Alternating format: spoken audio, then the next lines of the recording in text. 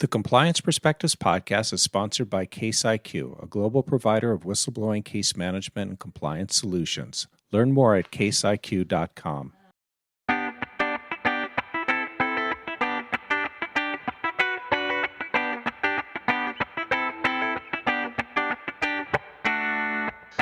Welcome to the Compliance Perspectives podcast. I'm Adam Turtletail from the Society of Corporate Compliance and Ethics and Healthcare Compliance Association.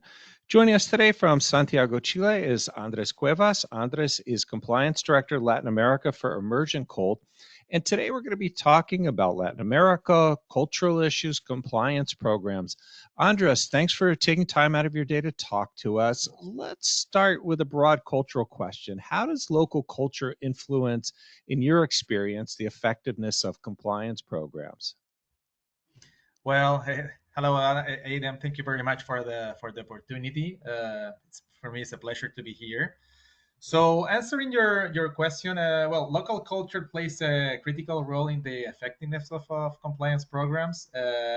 And in my case, I have the challenge here to see culture in two aspects. One of the thing is the aspect of seeing the organizational culture of the companies, because my company is a company that actually is growing through the acquisitions of new companies with the M&A process. So usually when you go to one specific market, one specific country, you have the situation where you have two or three companies in the same country with different cultural organization.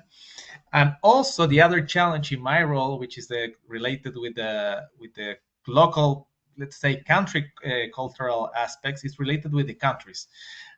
We see that Latin America, it's a continent with everyone speaks Spanish, with the exception of Brazil, but Brazil could be a different continent.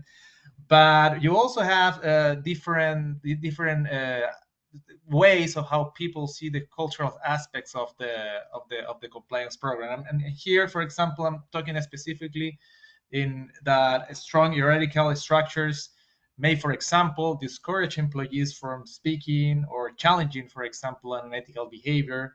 There are some countries where the informal or the personal relationships are important in order to see how the people are, let's say, in raising the hand. So in order to be effective, the most important thing here is to have a strategy or integrate in this global compliance program. So I'll say that this is the biggest challenge, especially in a position like mine, where I do have today 11 countries under my responsibility. And that's huge in any region of the world. And, you're right to point out there are a lot of very different cultures there, but also the point that people often lose when looking at things internationally is within different companies within the region, especially when you're integrating them, you are dealing with a lot of different corporate cultures. Now, you talked about strategies a second ago. What strategies helped adapt global compliance standards to local realities? Well, the most important thing here is to have an essential and clear and well-defined baseline rules that will serve as foundation of the program. So in my experience in this company, when I start, I have the opportunity of working, or more than working, to be part of defining which is the mission, the vision, and the values of the company, because at the end, those are the baseline of what we want to do. And then once you have that defined, in order to also, for example, implement the policies and procedures, you need also a certain degree of flexibility that should be allowed in the specific countries or in the specific actually companies. And for example, one example related with that is that if you want to have, let's say, a policy or a procedure related with a policy where it's important to have the delegation of authority, that means that you need an approval process for that. If you have, for example, a small country, a small structure, well, you need to be flexible in order to determine which are going to be the position that who is going to approving a process. because in bigger structures or in big structures, you may have, let's say, a finance leader, then you'll have an accountant leader, then you'll have a procurement leader. But in some other, for example, structures, that's so small that you don't have that possibility. So that, for example, is one specific example of how you can be flexible on doing this. So I was going to ask the question, is there a one-size-fits-all approach for compliance across Latin America? It sounds like no, very much there isn't a one-size-fit-all, but are there common areas? Yeah, definitely. There's, as you mentioned, there's no one size fits all approach for the compliance, but as part of how you implement the compliance program, definitely there are compliance.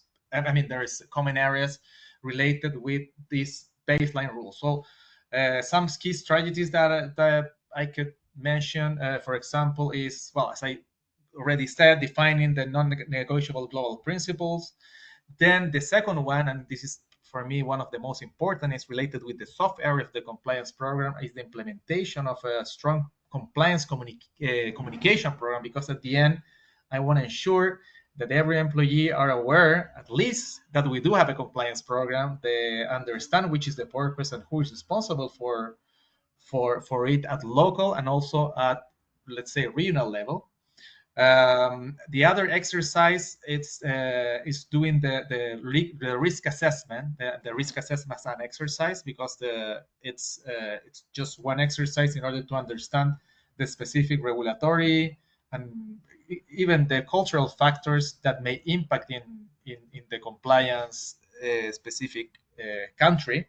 Uh, then we might talk related with risk assessment what's going to be the difference, but we need to do the risk assessment definitely in all of the countries, and also engage in these local stakeholders in order to see that at the end these are the leaders that will help me on doing the dissemination of the compliance program. One of the things I really like about this last point is that compliance is not the function that I'm doing. Compliance is all, and for that you need to engage the local leaders on this.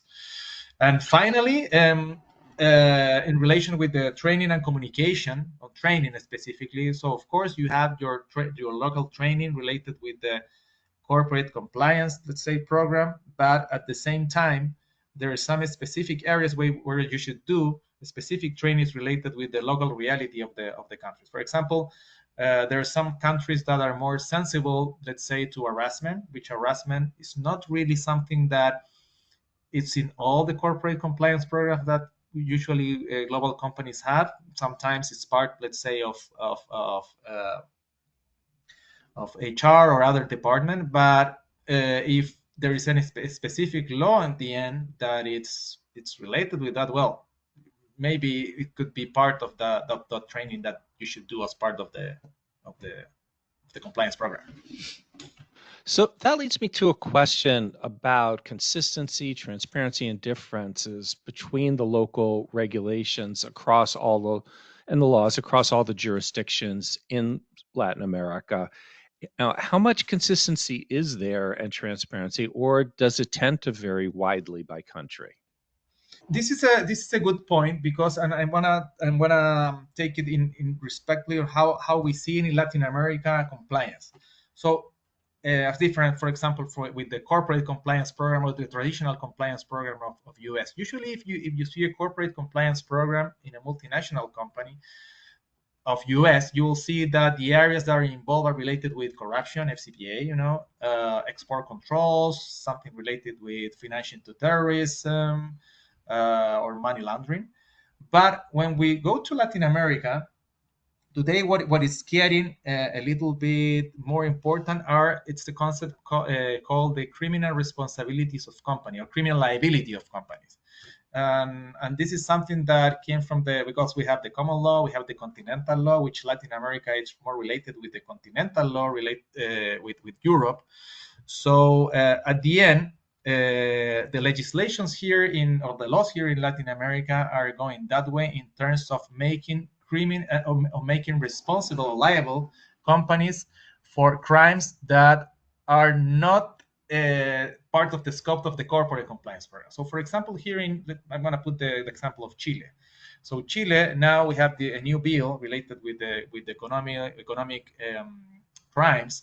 Today we have 250 crimes related with that makes liable the company for doing that, and that's not only includes corruption, money laundering, or financial deterrence, what is part usually of the corporate compliance program, but also another areas related, for example, with environmental law, some things related with labor law. Also, that's what I'm talking about. I was talking about the harassment. Some other issues related with tax law also. So at the end, when you say, well, that's the corporate compliance program is related with which area, and that's something that varies in under my point of view in the different countries. So when we did the exercise of risk assessment in Colombia, we have different crimes that we see as a business that we're exposed usually at the same risk, but those risks, and this is the interest part of it, is that some risks are being managed by legal, are being managed by compliance, because at the end legal and compliance are we're like cousins, you know. We are in the we are at the same, or the idea is to be at the same in the same page, but not we're not usually at the same department. Okay, so that I'll say it's the biggest difference. For example, one specific another example that I could bring, in Peru there was a law related with the national monuments. So you say, well, if you, for example, build a facility in a place where it used to be a monument or something related with that, well, you may be liable for destroying that specific land. But that's a specific risk of Peru that you need to also do the risk assessment on that and see the probability impact the same way you do it with other kind of risk. But I'll say that that's the main difference in terms of what's the corporate compliance program, defining which are going to be the risks and the laws that are going to be part of that in terms of each one of the countries, and at the end, well, defining, of course, the second part or the third part, the controls related with that. There's a lot of differences there, definitely worth watching. Andres, thank you so much for taking the time to talk with us today. I want to thank all of you for taking the time to listen. I'm Adam Turteltaub from SCCE and HCCA. I hope we're able to expand your compliance perspective.